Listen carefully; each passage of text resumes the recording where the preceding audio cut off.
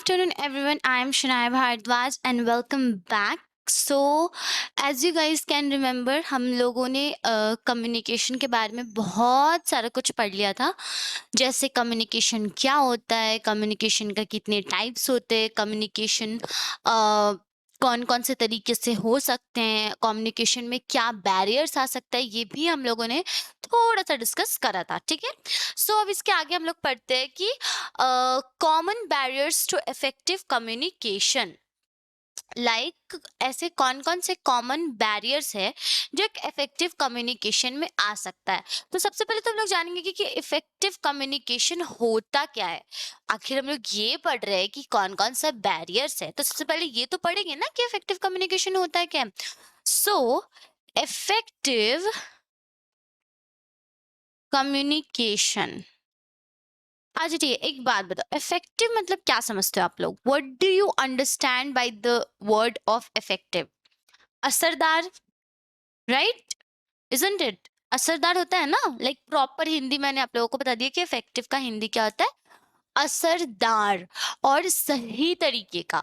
सो वो कम्युनिकेशन जो सही तरीके से किया जा रहा हो और असरदार हो, उसको हम लोग बोलेंगे इफेक्टिव कम्युनिकेशन। सो हम लोग यहाँ पे पढ़ेंगे कि ऐसे कौन कौन से बैरियर्स है जो एक इफेक्टिव कम्युनिकेशन में आ सकता है। ठीक है। तो काफी सारे ऐसे बैरियर्स हैं। लेट्स गो थोड़ली वन बाय वन। सबसे पहले बैरियर कौन सा है? Stress and out of control emotion. कौन सा बैरियर है? Stress and out of control emotion. जैसे व्हेन यू आर स्ट्रेस्ड, मतलब कि स्ट्रेस मतलब टेंशन में रहना, चिंता, फिक्र, राइट। और आउट ऑफ कंट्रोल इमोशन, कोई भी ऐसा फीलिंग, कोई भी ऐसा इमोशन जो आप कंट्रोल नहीं कर पा रहे। फॉर एग्जाम्पल कभी कभी कोई कोई ऐसे हाइपर, लाइक होता है ना हाइपर टेंस्ड इंसान, या फिर ये बोल सकते हैं कि कोई कोई इंसान ऐसे होता है जो बहुत ही ज्यादा हाइपर होता है, वो अपने गुस्से को कंट्रोल नहीं कर पाते। Like they are not able to control their anger by themselves, right. तो वही यहाँ पे बोला जा रहा है कि out of control emotions, right. ठीक है। सो टेंशन या फिर वो इमोशंस जो आपके कंट्रोल में नहीं है, जो आप कंट्रोल नहीं कर पा रहे हो, उन वो एक रीजन हो सकता है इफेक्टिव कम्युनिकेशन में बैरियर बनने का। क्या बनने का? बैरियर। बैरियर मतलब रुकावट। बैरियर मतलब क्या होता है? रुकावट।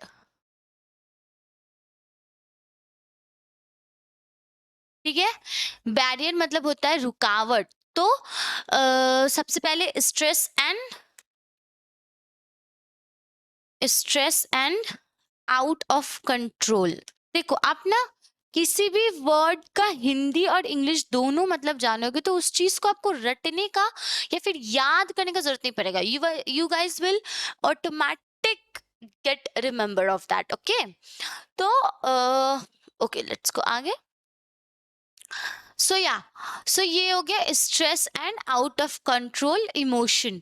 सो व्हेन यू आर स्ट्रेस्ड और emotionally overwhelmed, you are more likely to mislead other people, send confusing or off-putting non-verbal signals, and lapse into unhealthy knee-jerk patterns of behavior to avoid conflict and misunderstanding. You can learn how to quickly calm down before continuing a conversation. For example एक अच्छा और एक बुरा example हम लोग लेते हैं। सी, पहले एक अच्छा एग्जाम्पल लेते हैं कि कभी कभी ना आप लोग सोच सुने होंगे या फिर कभी कभी देखे भी होंगे कि कोई कोई ऐसे इंसान होते हैं ना जो बहुत खुश होते हैं ना, तो वो बहुत ज्यादा अच्छे अच्छे प्रोमिस कर लेते हैं। Like if they're happy, they're gonna make their 100% promise to you कि भाई हम ये कर लेंगे, वो कर लेंगे।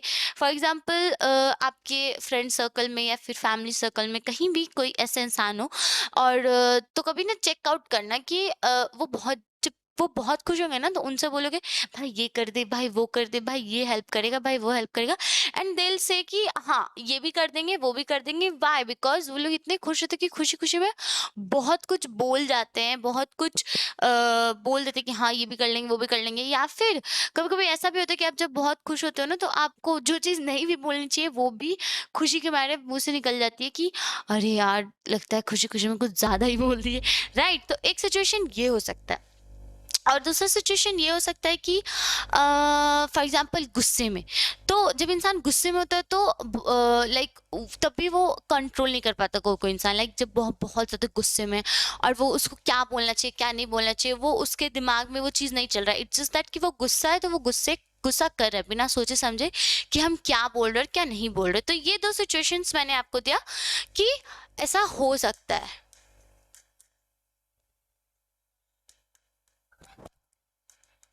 ठीक है, ऐसा दो सिचुएशंस है जो हो सकता है।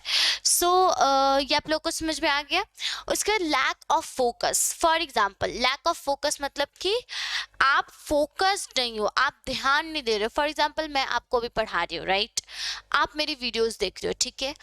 अब कोई ऐसा बच्चा होगा, फॉर एग्जाम्पल ले लो, एक ऐसा बच्चा है जो मेरी वीडियो को बहुत ध्यान से सुन रहा है, देख रहा है, नोट्स भी कंप्लीट लाइक नोट्स भी बना रहा है थर्डली।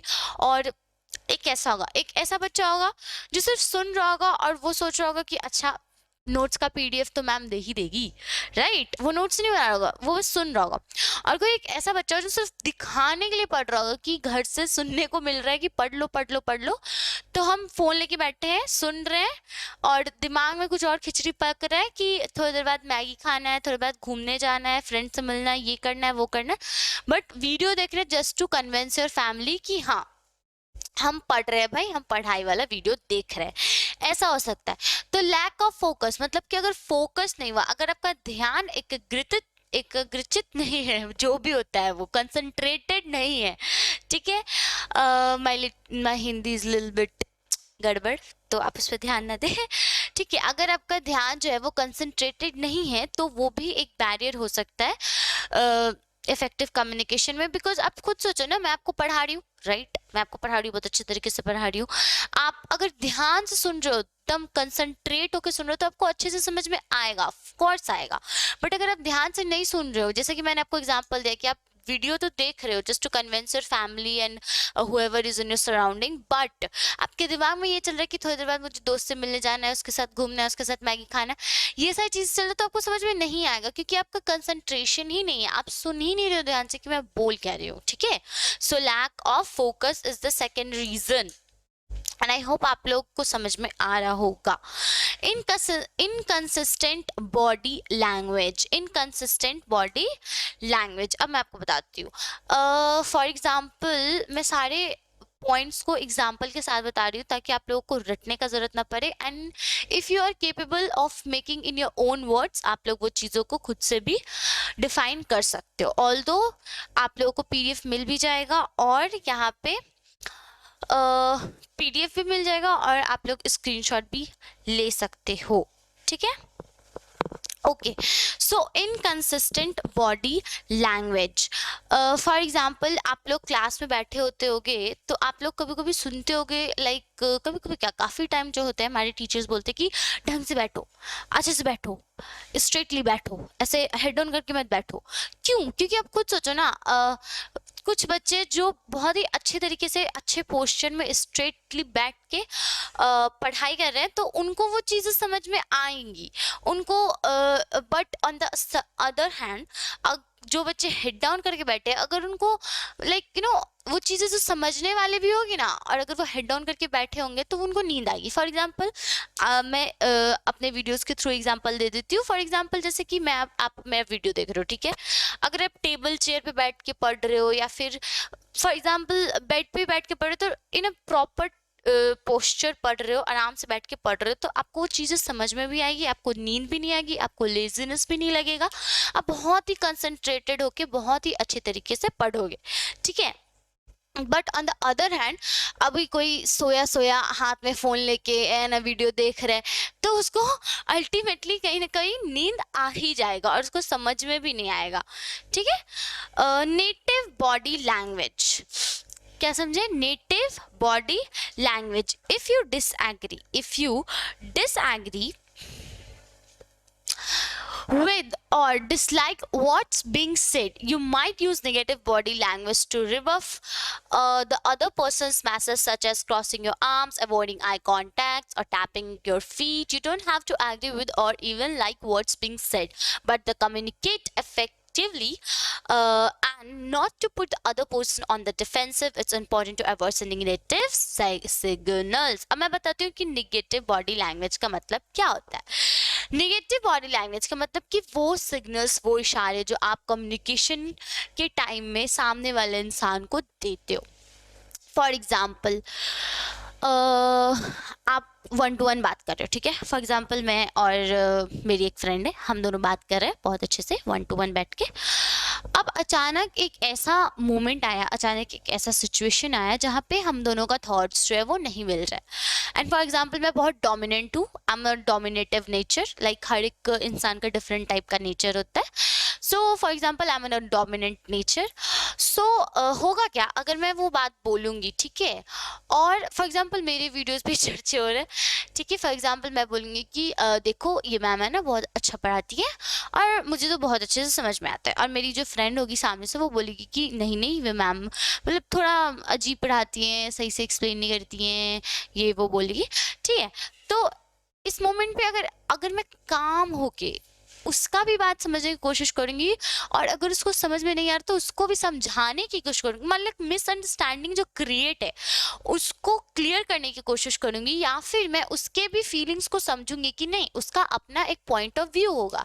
हर एक इंसान का अपना अपना एक पर्सनल पॉइंट ऑफ व्यू होता है, इजंट इट.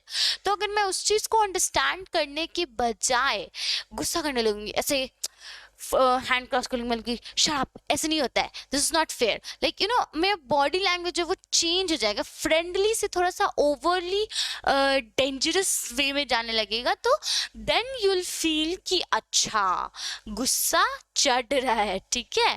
तो that's what negative body language stands for. अभी यहाँ पे एक बहुत ही ब्यूटीफुल सा डायग्राम है जो आप लोगों को याद होने ही चाहिए. ये मैंने आप लोगों को पहले भी बताया था कि मैसेज होता है. अगर आप इससे पहले वाला वीडियो नहीं देखे तो do check out that video guys. आप लोगों को कम्युनिकेशन के बारे में हर एक इन्फॉर्मेशन बहुत ही अच्छे तरीके से मैं आप लोगों को कन्वे करने की कोशिश कर रही हूँ. So please check out that video as well. So sender क्या करते हैं, इनकोड अ मैसेज. इनकोड मतलब just write down the answers in comment below, okay. क्योंकि मैं ऑलरेडी पढ़ा चुकी हूँ कि इनकोड मतलब क्या होता है. Creating a message, just 1 word में याद रखो ना, कोई बड़ा लेक्चर याद करने का जरूरत नहीं है. Just remember the key words जिससे आप अपने आप ही डेफिनेशंस को क्रिएट कर सकते हो, ठीक है. तो सेंडर क्या करता है, वो क्रिएट करता है मैसेज, जिस प्रोसेस को हम लोग इनकोडिंग बोलते हैं कि क्या क्रिएट करता है, मैसेज क्रिएट करता है. और रिसीवर क्या करता है, डिकोड्स मतलब interprets the message.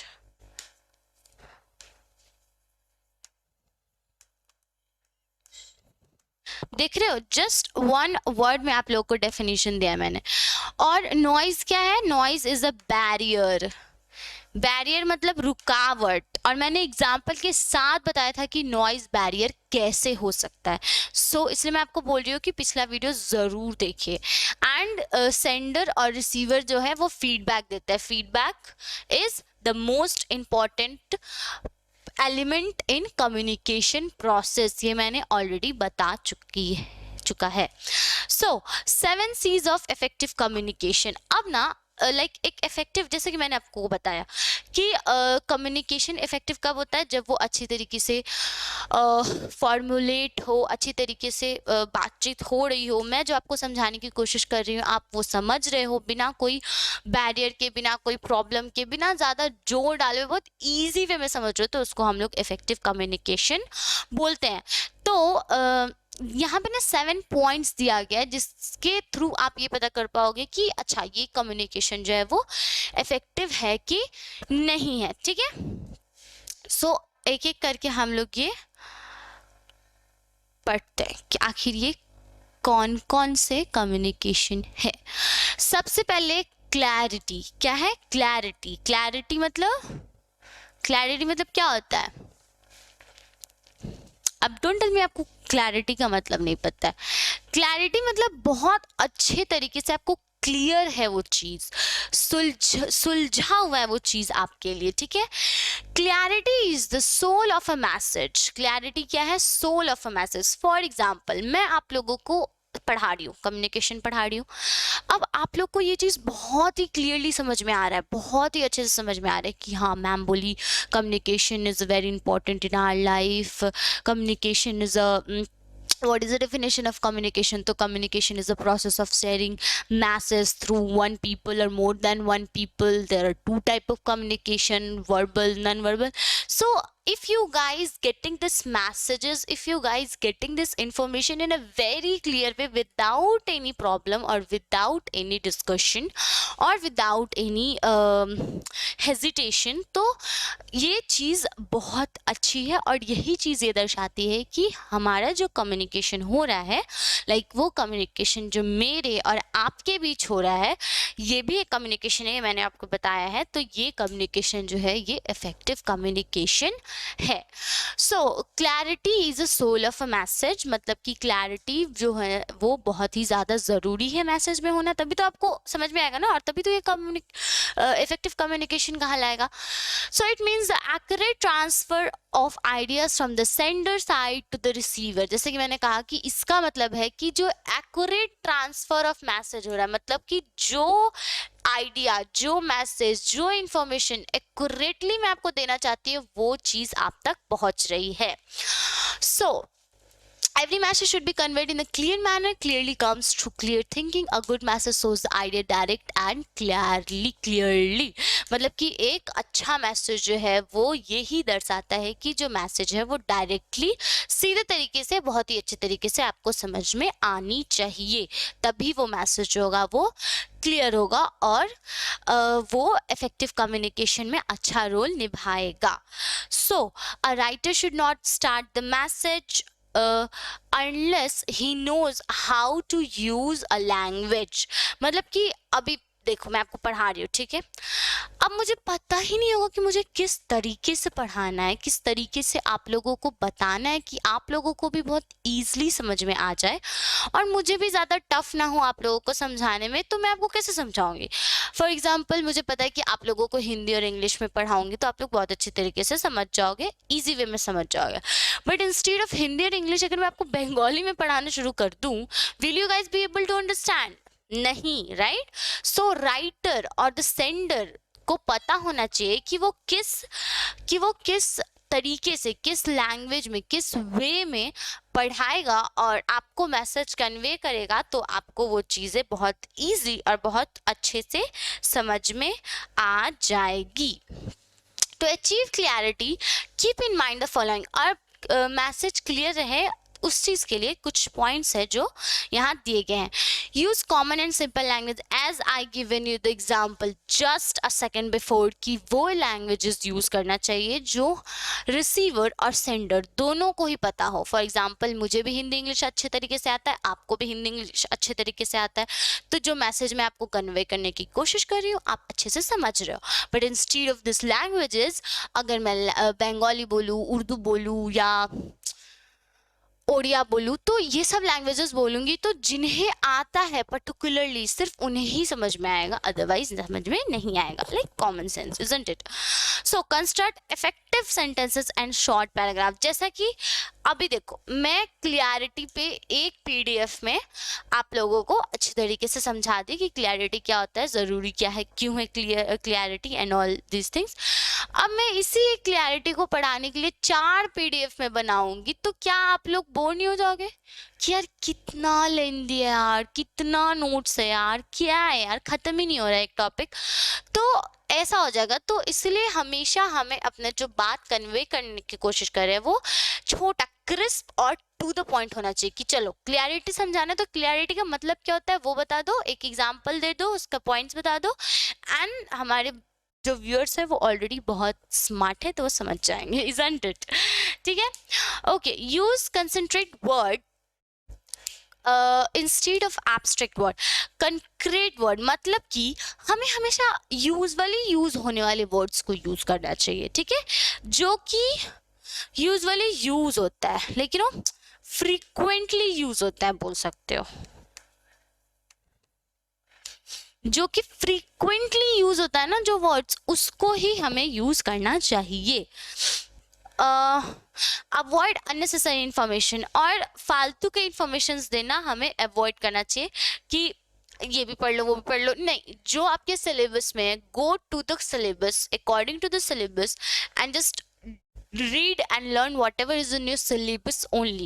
Don't try to go out of the syllabus, otherwise that's not gonna be beneficial for you guys. तो ठीक है. Second है correctness. Second क्या है? correctness. Okay, correctness मतलब of course सही तरीका, isn't it? सही होना, करेक्ट होना, ये तो सबको ही पता है. तो language experts say that writing is art but difficult. There is no shortcut to being a good writer. It is learned through consistent practice and constant struggle. The message being communicated must be correct. Correctness refers to the correct grammar, punctuations and spellings. True mistakes are never intentional, yet they spoil the image. अब यहाँ पे बोल क्या रहा है कि correct होना की जरूरत है. ऑफ कोर्स सी बात है. फॉर एग्जाम्पल मैं आपको जो चीज़ें पढ़ा रही हूँ, अब मैं कम्युनिकेशन को कुछ और स्पेल करने लगूँ, कुछ और बोलने लगूँ, उसका स्पेलिंग गलत बता दूँ, तो इससे दिक्कत किसको होगा? आपको होगा, राइट? अब मैं कम्युनिकेशन को कुछ और बोलूँगी and you will be like ma'am क्या बोल रही है, क्या बोल रही है, क्या बोल रही है. फिर आप सोचोगे क्या पढ़ रहे हैं, क्या सिलेबस है, शायद मैम कम्युनिकेशन बोलेगा तो ट्राई नहीं कर रही ना, तो आप सोचोगे. सो लाइक इफेक्टिव कम्युनिकेशन नहीं हुआ ना, क्रिस्प हुआ, like whatever I am trying to explain you, क्या वो डायरेक्ट गया, ट्रांसफर हुआ? नहीं हुआ, तो इफेक्टिव कम्युनिकेशन नहीं हुआ. So that's why it is very important to be correct, and grammar, punctuation, spelling सब कुछ सही होना चाहिए.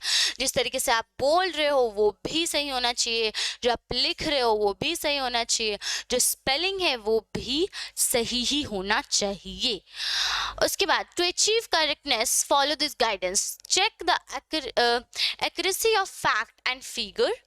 Check mistakes in punctuation, grammar and capitalization. As I said कि हम जो बोल रहे हैं उसको ध्यान से सुन लेना चाहिए, और ऐसा तो ना एक बार रिवाइज करना चाहिए, अच्छा हम बोल क्या रहे हैं. ऐसा तो कभी कभी बोलते बोलते गलत बोलने लग जाते, तो वो नहीं होना चाहिए. चेक मिस स्पेल्ड वर्ड्स, मतलब कि जो स्पेलिंग दिया हुआ है को वो गलत है सही है वो चीज़ चेक कर लेना चाहिए. And use right level of language. और अगेन लैंग्वेज बहुत ही ज़्यादा इंपॉर्टेंट रोल प्ले करता है, तो हमें सही तरीके का लैंग्वेज जो है वो यूज करना चाहिए. थर्ड क्या है? कॉन्शियसनेस. कॉन्शियसनेस मतलब होशो हवास में बातें करना चाहिए. अभी ऐसा नहीं होता कि बेहोशी में कुछ भी बोल रहे हो, ठीक है. फॉर एग्जाम्पल कि कुछ पेपर्स होते हैं एग्जाम्स में, जो कुछ बच्चे बेहोशी में लिखते हैं, क्या लिखते हैं उनको खुद भी नहीं पता होता कि वो क्या लिख के आ रहा है, कुछ भी अंड बंड शंड लिख के आ जाते हैं. तो वो चीज़ नहीं होना चाहिए. आप लोगों को पता होना चाहिए कि whatever you are writing और whatever you are saying is right and accurate, ठीक है. The beauty of diction lies in its conciseness. Consciousness means brief and complete. Be as brief as possible, but it must not be as brief as to be discourteous. तो क्या समझे कि हम लोगों को brief होना चाहिए. लाइक अगर मैं आप लोगों को कम्युनिकेशन पढ़ा रही हूँ तो मुझे आप लोगों को अच्छे तरीके से बताना चाहिए कि हाँ भाई कम्युनिकेशन क्या होता है, कम्युनिकेशन का रोल क्या है, कम्युनिकेशन आखिर कहते किसको है. बट अब इतना भी बड़ा नहीं होना चाहिए कि एक कम्युनिकेशन को डिफाइन करने के लिए मैं 40 पीडीएफ में पढ़ा रही हूँ. नहीं, 1 से 2 PDF is more than enough, ठीक है. To achieve consistency, observe the following suggestions. Remove the wordy expression. Include only relevant material. Avoid unnecessary repetition. Like relevant material. Relevant मतलब वो मटेरियल जो कि आप लोगों के रिलेवेंट हो. फॉर एग्जाम्पल आप लोग का जो एग्ज़ाम है उस एग्ज़ाम का आप लोगों को PYQ सॉल्व करने को मिलेगा, आप लोग को करना भी चाहिए, isn't it? But instead of your examination PYQ, if your guys are solving CBSE PYQs, then is that information is gonna relevant to you guys? क्या वो इंफॉर्मेशन आप लोगों को काम आएगा? नहीं, राइट? वो आप लोगों के काम नहीं आएगा बिकॉज वो आपके रिलेवेंट नहीं है. रिलेवेंट नहीं है मतलब आपसे जुड़ा हुआ नहीं है, ठीक है. आई होप आप लोगों को समझ में आ रहा हो. courtesy, courtesy मतलब दया. courtesy is the most important quality of the message. courtesy मतलब क्या होता है, दया. like थोड़ा सा इमोशनल रहना जरूरी है, थोड़ा सा दयावान रहना जरूरी है. इफ आई से इन अ वेरी कॉमन वर्ड, थोड़ा सा दयावान रहना बहुत ज्यादा जरूरी है. you don't have to be always rude and arrogant. You should be little emotional and should be little soft hearted person. So courtesy is the most important quality of the message. Everyone gains where courtesy reigns. It is an old but wise saying. Courtesy means politeness. As I said, politeness.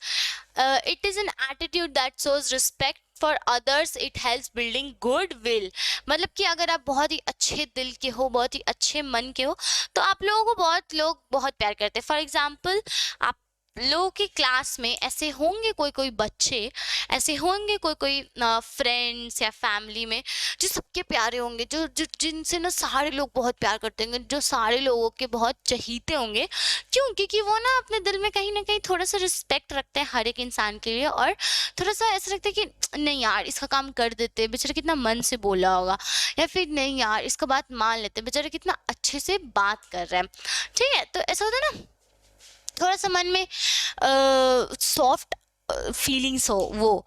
तो और इस चीज़ को achieve करने के लिए आप be sincere. Of course आपको ध्यान से सुनना पड़ेगा. For example, if I wanted to be और if I want to show you the courtesy, मैं आप लोगों के कमेंट्स को बहुत अच्छे से पढ़ूंगी, बहुत अच्छे से रिप्लाई दूंगी.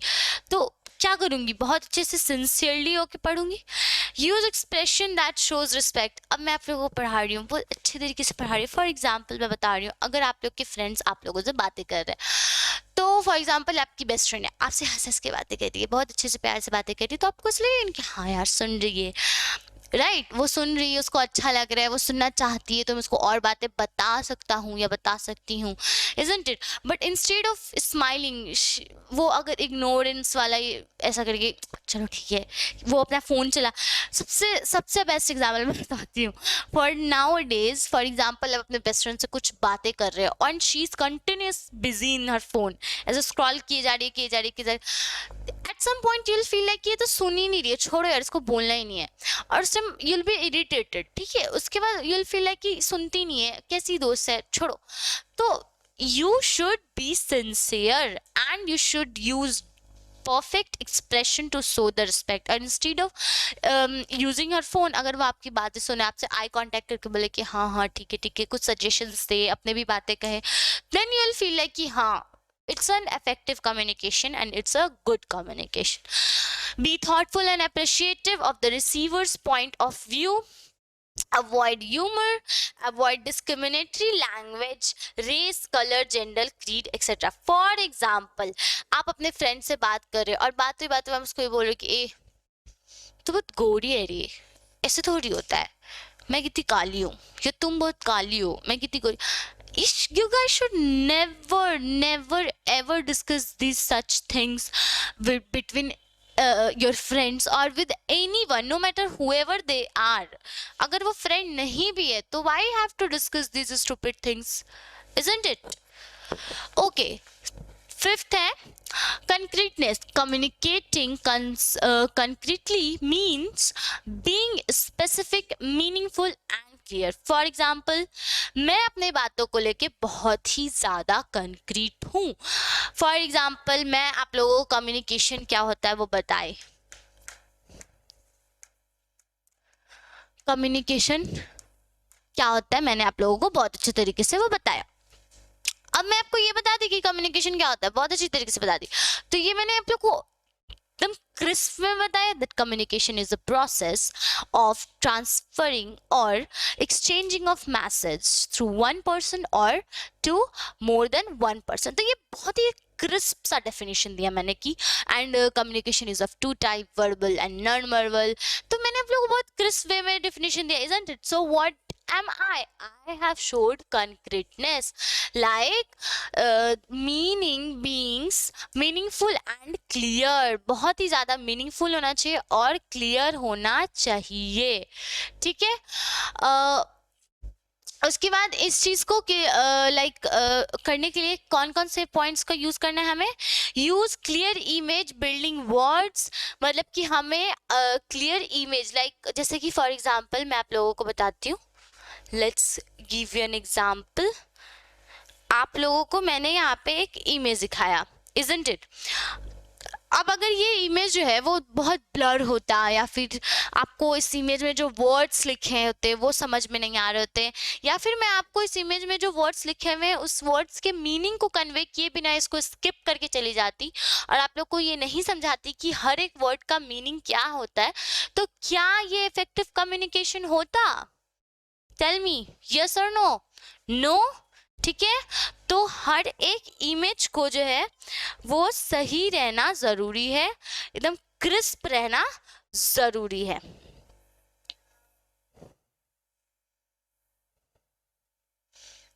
ठीक है।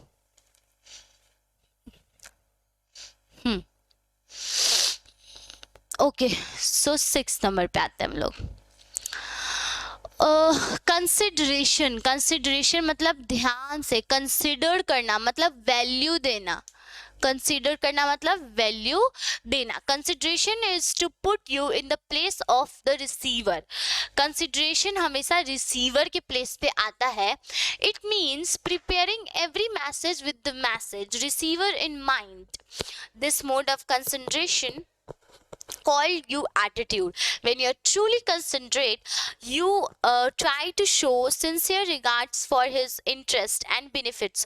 To be considerate, the following point should be kept in mind. Okay, sorry.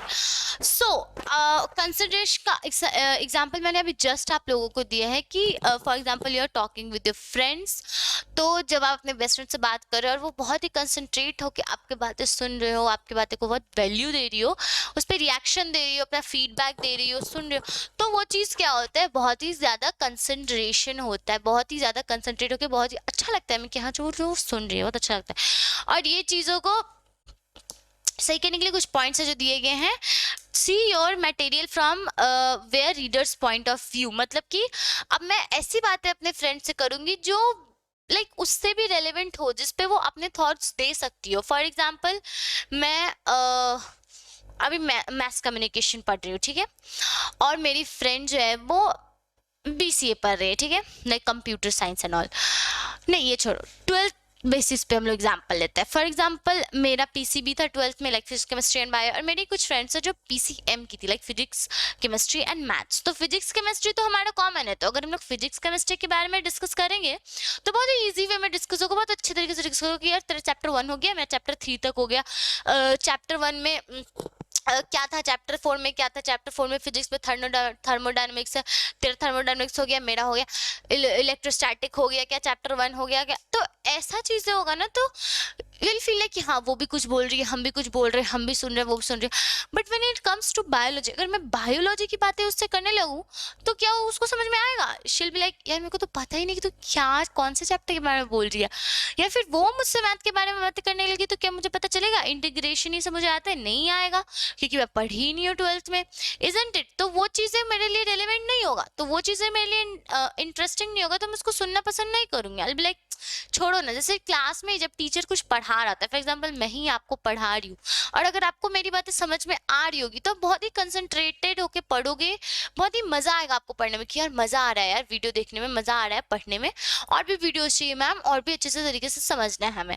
But अगर आप लोगों को समझ में नहीं आएगा, सब ऊपर से जाएगा, तो यूल फील लाइक कि पाक यार कब खत्म होगा ये वीडियो। जैसे क्लास में जब आप पढ़ते हो तो कोई कोई टीचर्स ना फेवरेट होता है। फेवरेट क्यों होता है? क्योंकि उनके बातों को, उनके एक्सप्लेन करने के तरीके को आपको बहुत अच्छे से समझ में आता है।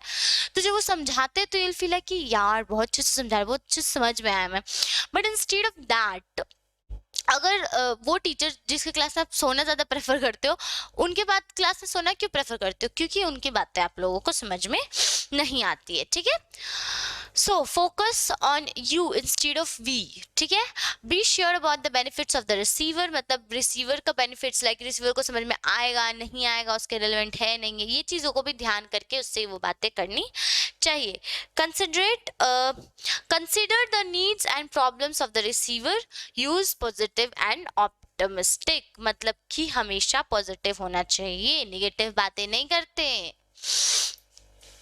कंप्लीटनेस मतलब कि पूरा होना, कोई भी मैसेज का पूरा होना बहुत ही ज्यादा जरूरी है।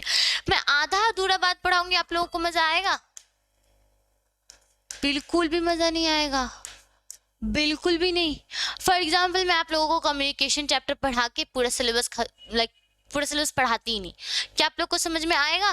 नहीं, यूल फील लाइक क्या था ये, एक एक वीडियो आया मैम का, कम्युनिकेशन पढ़ाई, फिर मैम तो पढ़ाई ही नहीं, आगे कुछ समझ में ही नहीं आ रहा, तो कुछ समझ में नहीं आएगा। सो आप लोगों को दिक्कत होगा and you'll feel like irritated कि यार मुझे कितना मजा आ रहा था चैप्टर 1 में पढ़ने में, और फिर चैप्टर 2 के टाइम में तो मैम तो पढ़ाई नहीं रही है, मैम का वीडियो ही नहीं आ रहा, मैम पता नहीं कहाँ गायब हो गई है, तो यूल फील लाइक कि क्या है ये बदतमीजी। That will not be a effective communication. So effective communication कब होगा?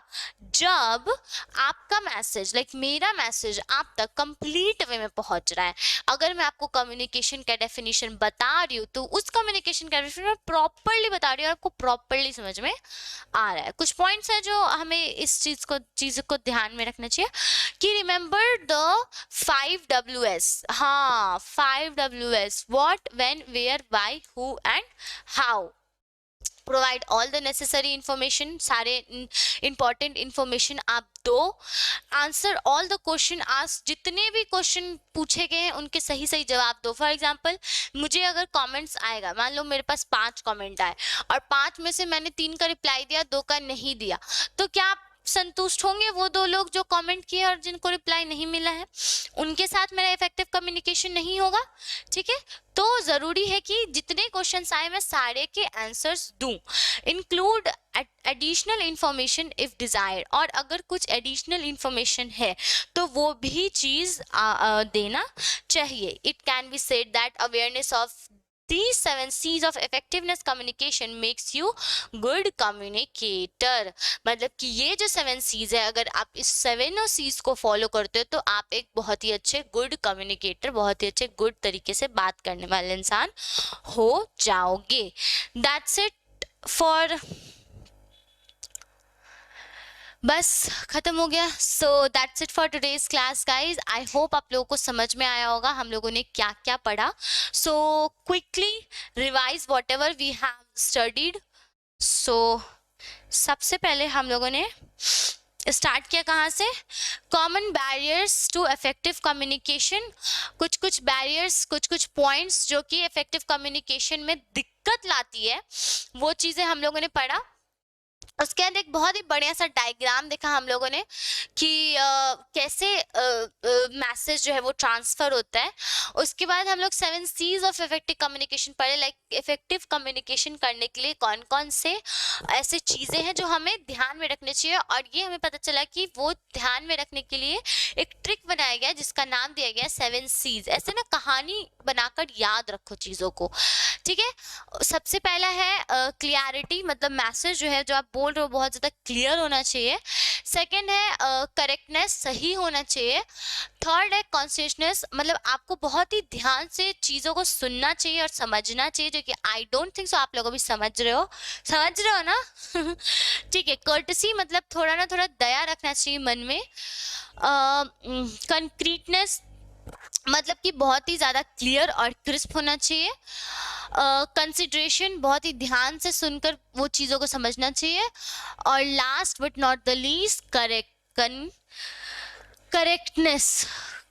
कंप्लीटनेस, कंप्लीट होना चाहिए। ठीक है, so I hope you guys have understood all these 7 C's। और आप लोगों को अगर कोई भी कंफ्यूजन हो so comment down below, and उसको मैं नेक्स्ट वीडियो में, जो भी अपकमिंग वीडियो होगा उसमें उस चीज़ को सॉल्व करने की पूरी कोशिश करूँगी। And I hope you guys enjoy today's class. तो ठीक है, तब तक के लिए थैंक यू।